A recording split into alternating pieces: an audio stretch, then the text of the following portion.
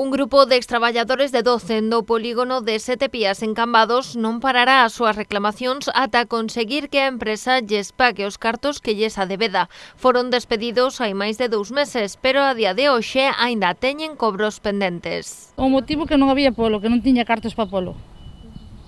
E botáronos fora a 20 personas, quedaron os que había aí, 10 ou así. E non nos ha pagado. Estamos chamando por teléfono, e dinos jueves, e así seguido.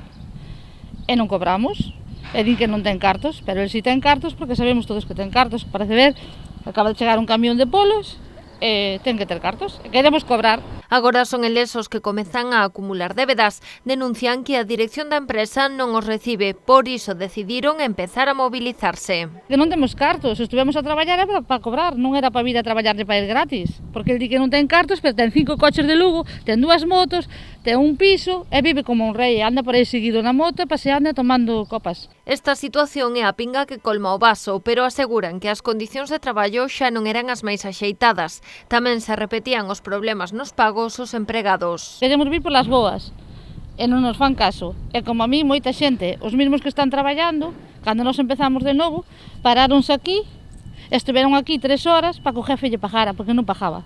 Entonces parece ser que este mes que lle pagou media nómina, co resto que non lle pagou. Pero bueno, non paga porque non quere, que cartos ten.